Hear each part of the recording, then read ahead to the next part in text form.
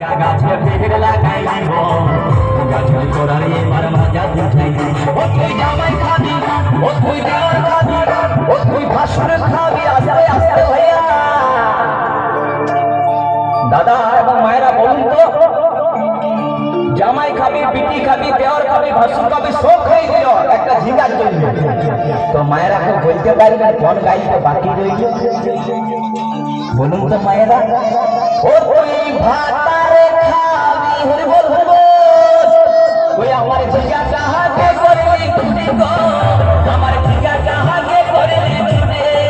ওই আমার জিগা কাহাকে করলি তুমি গো আমার